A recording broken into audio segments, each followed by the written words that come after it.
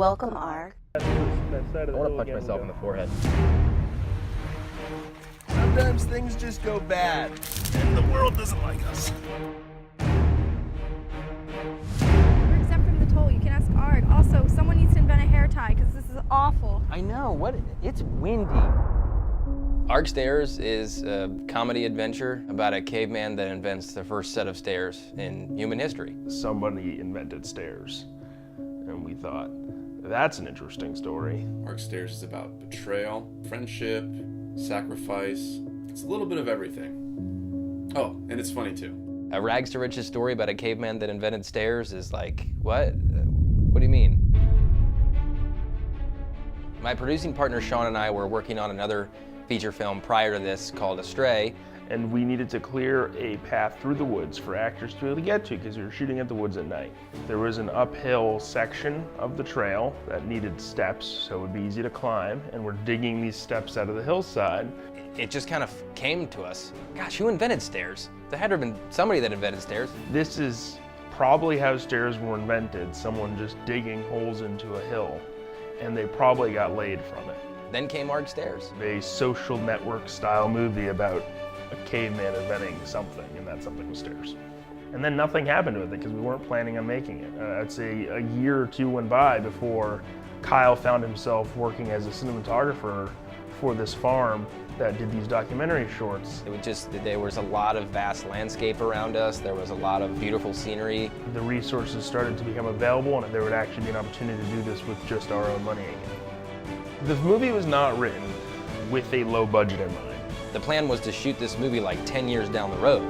We knew we didn't want to just make the typical film about 20-something-year-olds trying to find themselves in life, love, and living in New York. And I was like, yes, you're right. I mean, it's very common for a first-time filmmaker to make a movie about two people live in an apartment.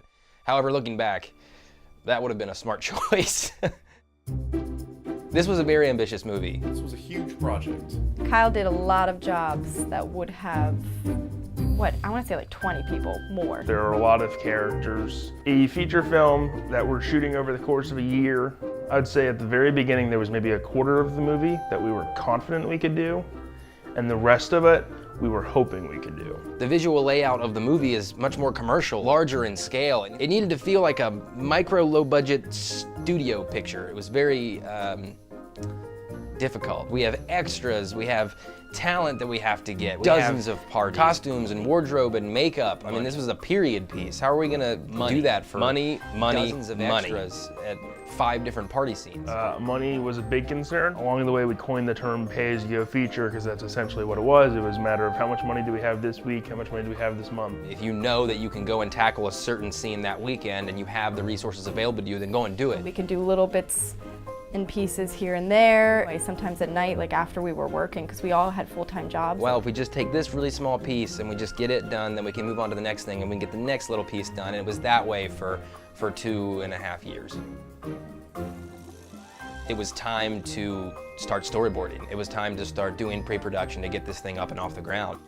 I drew every single frame of the movie. Without those storyboards that I had done a year in advance, we would have never been able to finish the film the way that we had planned to do it. This movie was designed to be static. It was designed to like sit on things, to be able to like go from place to place and really show the world. We started by building the first 4 or 5 lead characters' outfits.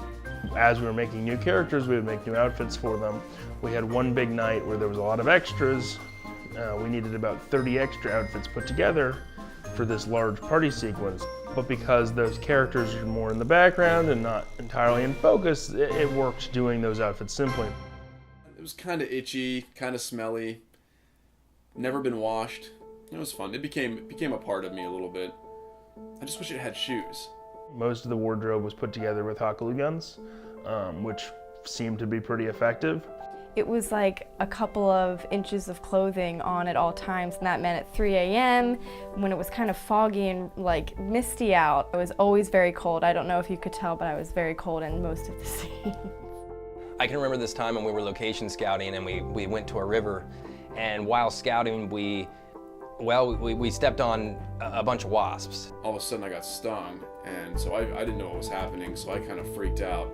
So everybody else freaked out, and I just started running. And then we like cautiously went down and we're like stepping in the same area that he was at, and then we all got stung, and we were sprinting all the way back to the car and got stung in the head and the foot and everywhere. Oh, that was awful. Until you're making a movie like this, you don't really think about how difficult it is to get into caves. When you don't have the budget to permit and lock down those locations, it turns out that most real, large enough caves to shoot in are pretty popular tourist hotspots. So we had to hike, long hikes, treacherous, through a riverbed that was covered in rocks. There was no trail. We were going through water. We were going through with all of our gear on our back, like 75 to 100 pounds just with us going. Just hiking through this rocky stream. I mean, like boulders rocky.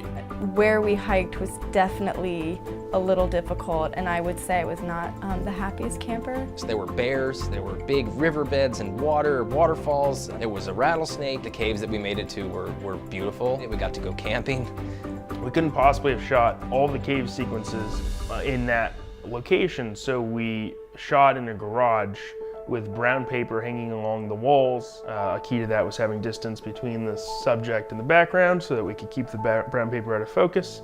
Lighting was crucial, obviously, in being able to color grade and post, but those scenes ended up working very convincingly. Day one. Yeah. I was freaking out. That was the first time the cameras were rolling. It was already really cold. I remember the day. I remember rubbing mud all over myself.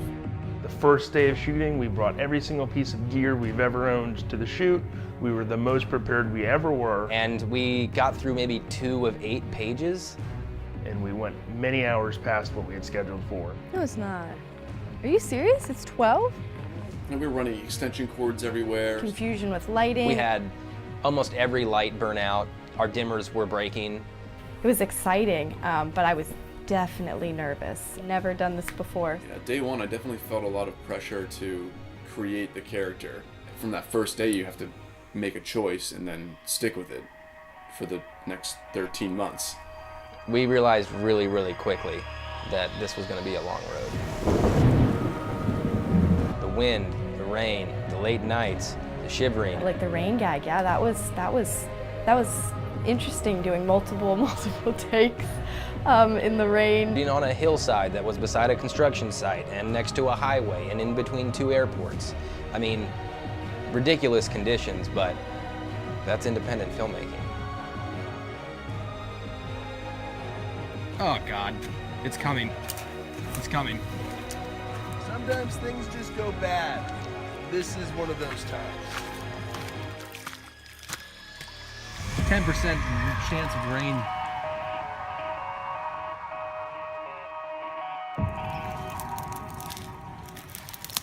What happened? Well, everything sucks. And the world doesn't like us.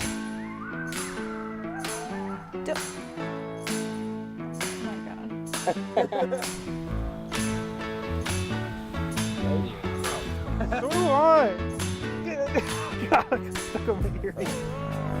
That guy's just in circles. Once he gets past that side of I want to punch myself in the forehead. 3, 2, 1. The one that wanted to double the tolls, okay? Look, I'm not going to stand here.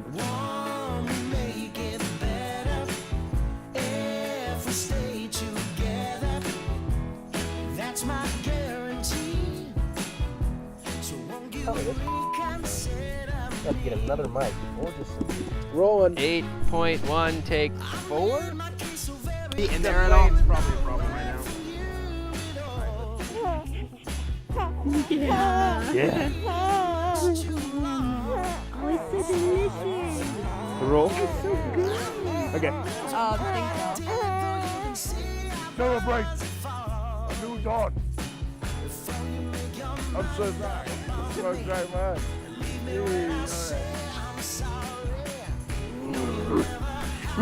16, I think. 16. No, 31. 31, take 1. 31.1, take 1. Ready? 31.2, take 1. 31.1, take 2. Ready?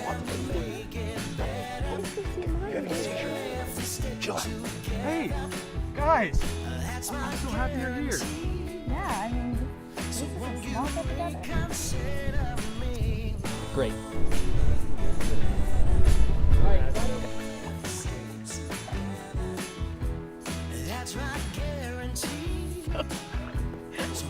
Like, really?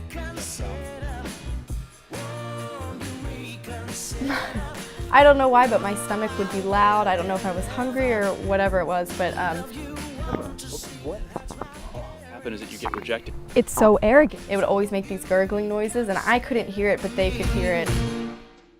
We knew that we could send rough cuts to film festivals for consideration. They are going to judge it based on where it's at currently. So I was painstakingly putting every ounce of energy that I could into the edit to get it out the door for several film festivals for consideration.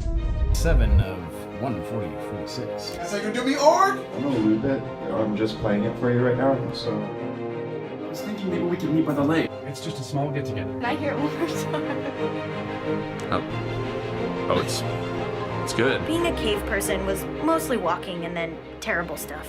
Was rendering all night, but we got it done. What's the colorist do? He fixes all your mistakes. I don't have mistakes. To make it beautiful. We had a camera out there. We forgot to bring the battery, and this was when we were talking about that 2.5 hour hike to a real cave. This was the cave. We would roll the camera and cut it because all we had was the internal battery on the camera, and turn the camera on and it would already be at 75% battery. Every line was thoroughly rehearsed, and basically 1 or maybe 2 takes of everything, which ended up, causing some limitations, but that's where we got the idea. We kind of had to come up with the idea to use this animation, the zooming into Arg's head and seeing his internal thought process.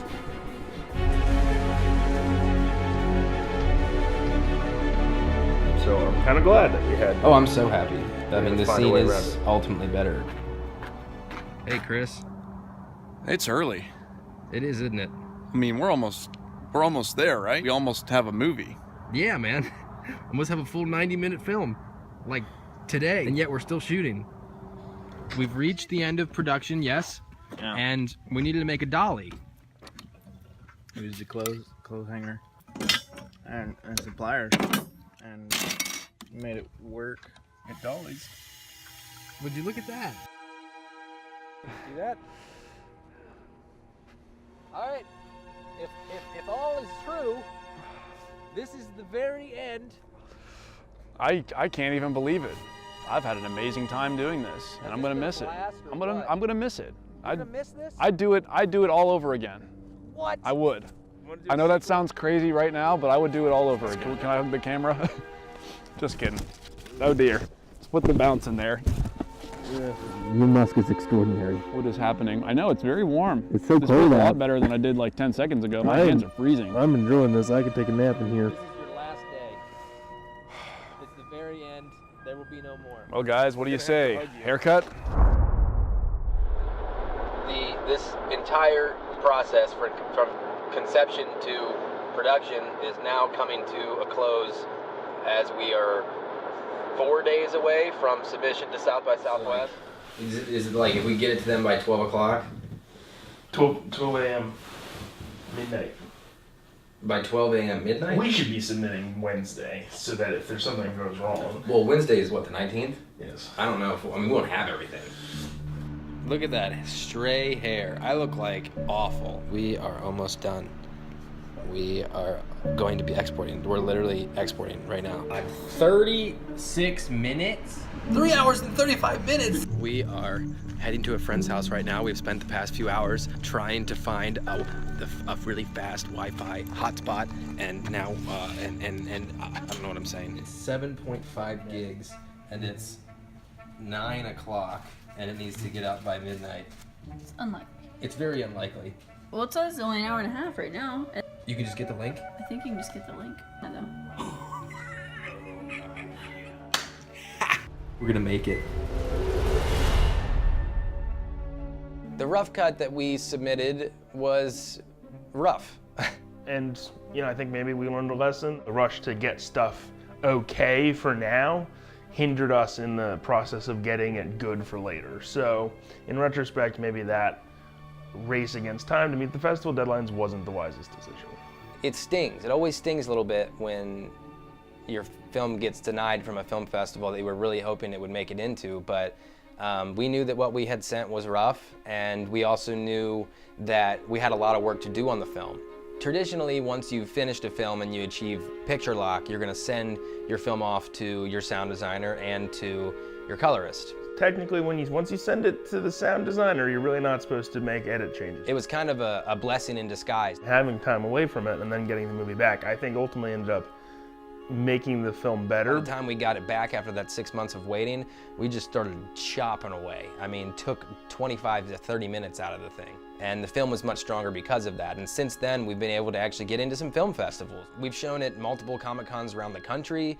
We've won a few awards. I'm about to cut my facial hair off. How long has it been like this? Like a year? Wow, I can feel my face.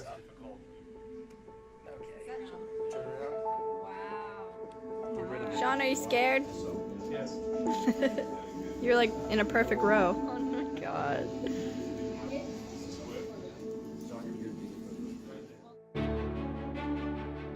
Too often, filmmakers get caught up in the idea of getting distribution deals or getting funding for their movies and Kickstarter and putting your family in debt or get a theatrical release. But you can do this yourself, and it doesn't have to look like crap. There's a way to do it and not have it look like a turd.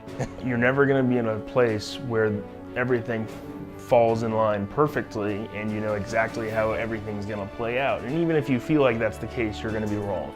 I hope people go back and watch it again to try to find all of those little nuances in the film that they might have missed the first time. Try and remember what it was that inspired you in the first place. There were dozens of times where I felt like, just walking out of the editing room and going for a hike and just leaving it all behind me, or just taking the hard drive and just dumping it into a fire. Okay, that's extreme, but maybe. Writing is free, so write your stupid, crazy ideas. Finish the job. You have got to finish. And sometimes it feels really impossible. So you need people on your side that can tell you it's working, it's fine, we're gonna get there, we're gonna get there. Hold on tight, here we go. You need people, you need boosters.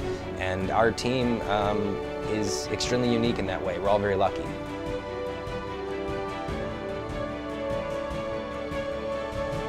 What an experience. Prequel. Arg is a baby. Arg as a baby. Do I get to play Arg as a baby? We'll motion capture you in like Andy Serkis. Okay, fine. It'll be an animated film. We'll just take some baby pictures of me and animate them. Animate some baby pictures of you.